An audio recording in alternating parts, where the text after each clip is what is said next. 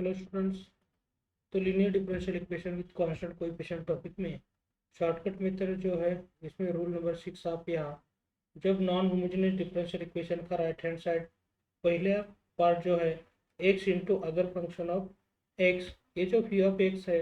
Generally sine of x plus b और cos of x plus b है, तो ये हम ये रूल नंबर 6 यूज करने वाले हैं। तो आपको ये समझना होगा, पहला फंक्शन है वो एक्स, सिर्फ एक्स, और दूसरा जो है ट्रिगोनोमेट्रिक साइन और ट्रिगोनोमेट्रिक कॉस है, तो रूल नंबर 6 हम यहाँ यूज कर सकते हैं। तो देखते हैं किस तरह इसका प्रूफ होगा।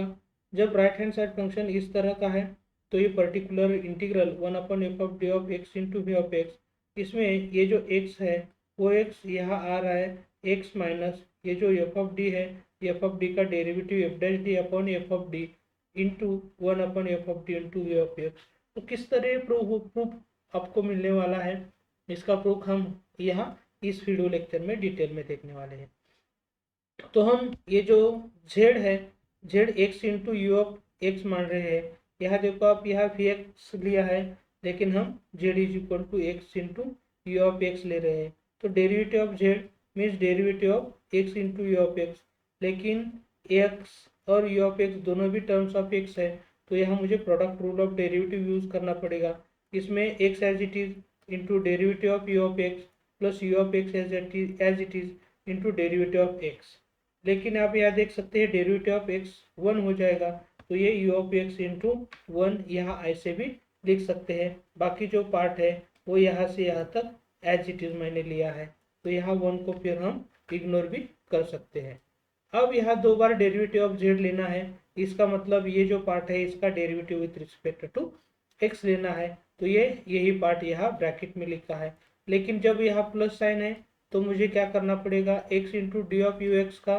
सेपरेट डेरिवेटिव यहाँ ऐसे निकाला है और इसका सेपरेट डेरिवेटिव यहाँ दिया है।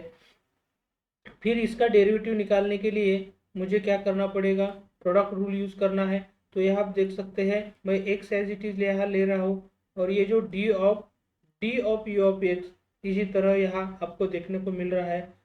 प्लस ये जो d of u of x as it is है यहाँ मैंने एज इट इज लिया है, और डेरिवेटिव ऑफ क्या करना पड़ेगा, एक्स करना पड़ेगा। तो यहाँ इसी तरह है, ये तो पार्ट आपको एज इट इज लेना है, लेकिन बाकी सब कुछ पार्ट एज इट इज रहने वाला है। लेकिन D of x means derivative of x यहाँ 1 हो जाएगा, तो ये जो आपके सामने पार्ट है ये पार्ट इसी तरह सिर्फ आपका हो जाएगा, और ये जो पार्ट है यहाँ एज इट इज होने वाला है। लेकिन ये दोनों क्या होने वाले हैं, ऐड होके इसी तरह होने वाला है। अब ये जो पार्ट आप देख रहे हैं ये डी ऑफ है वो D square of u of x हो जाएगा, और इसी तरह हम ये एक्सप्रेस कर सकते हैं। फिर तीसरी बार हम जेड को अप्लाई करके देखते हैं, तो ये इसका derivative with respect to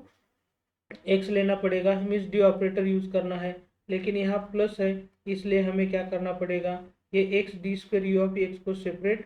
apply करना पड़ेगा, और यहाँ 2 को कांस्टेंट लिया है मैंने, और D of u of x हो जाएगा। लेकिन ये एक्स और D square u of x ये दोनों फंक्शन ऑफ एक्स है, तो इसमें एक्स को मैंने यहाँ एज इट इज लिखा है, और डी ऑपरेटर ये D square u of x को यूज करने के बाद आपको इस तरह मिलने वाला है। फिर use d square u of x as it is रहने वाला है, और ये डी ऑफ एक्स इसी तरह यहाँ हो जाएगा, और ये पार्ट तो आप यहाँ देख सकते हैं डी ऑपरेटर यूज करने के बाद ये 2 तो कांस्टेंट है, और यह D square u of x हो जाएगा।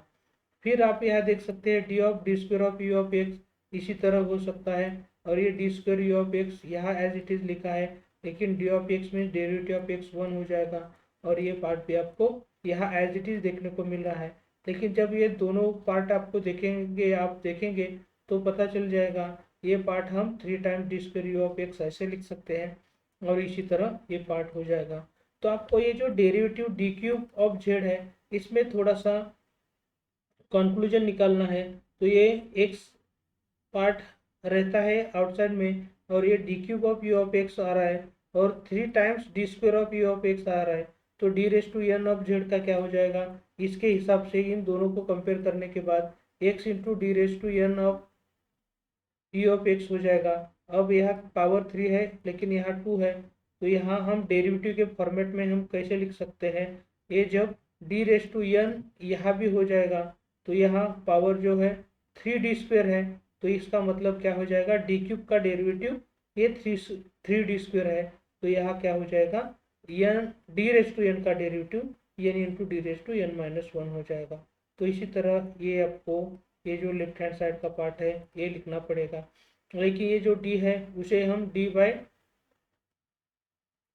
कहने वाले हैं, तो यही पार्ट जो है, यही पार्ट हम इस तरह यहाँ लिख रहे हैं, और ये पार्ट इसी तरह, ये फिर सब कुछ पार्ट एज इट इज है। लेकिन ये जो z की वैल्यू है एक्चुअल में क्या है, x into u of x है। तो यहाँ फिर हम क्या करने वाले हैं, x इंटू ये पार्ट एज इट इज, ये बाकी सब कुछ पार्ट एज इट इज है। अब यहाँ आप देख सकते हैं d⁻n है, इसे हम थोड़ी देर तक f(d) मानेंगे, तो ये जो पार्ट इस तरह होने वाला है, फिर ये यहाँ तक पार्ट क्या हो जाएगा, x into f(d) of q of x हो जाएगा, और ये d/dd ऑफ d⁻n है, तो ये d⁻n को हम f(d) लिखने वाले हैं, बाकी सब कुछ पार्ट एज इट इज रहेगा। लेकिन हम थोड़ी देर तक क्या मान रहे हैं यहाँ आपको देखना है, ये जो f(d) into u of x है उसे थोड़ी देर तक हम ये फी ऑफ एक्स मान रहे हैं, तो ये यू ऑफ एक्स क्या हो जाएगा, f(d) राइट हैंड साइड में जाने के बाद 1/f(d) into 1/f(d) of u of x हो जाएगा। तो ये यू ऑफ एक्स की वैल्यू जब हम इस इक्वेशन 1 में पुट करेंगे, तो आप यहाँ देख सकते हैं f(d) into x into u of x की वैल्यू ये पुट करने के बाद आपको ये इसी तरह मिलने वाला है, और यह x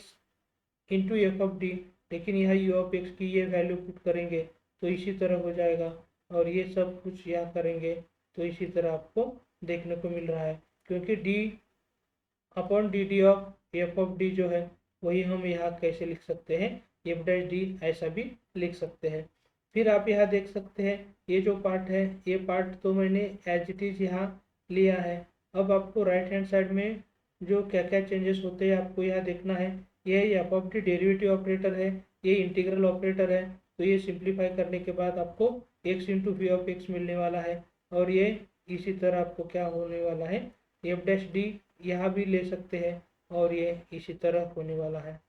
तो आप यहाँ x into v of x left hand side में ले रहे हैं, इसका मतलब यही पार्ट थोड़ी देर तक हम राइट हैंड साइड में रखेंगे, और यही पार्ट लेफ्ट हैंड साइड में लेंगे तो इसी तरह माइनस होने वाला है। तो ये x into v of x का आपको इसी तरह देखने को मिल रहा है। अब आपको ये थ्रू आउट इस इक्वेशन 4 को 1/f(d) जब ऑपरेट करेंगे, तो यहाँ आप देख सकते हैं x into v of x को ये 1/f(d) ऑपरेट करने के बाद इसी तरह, और यहाँ 1/f(d) ऑफ f(d) ऑफ ये पार्ट इसी तरह होने वाला है, और यहाँ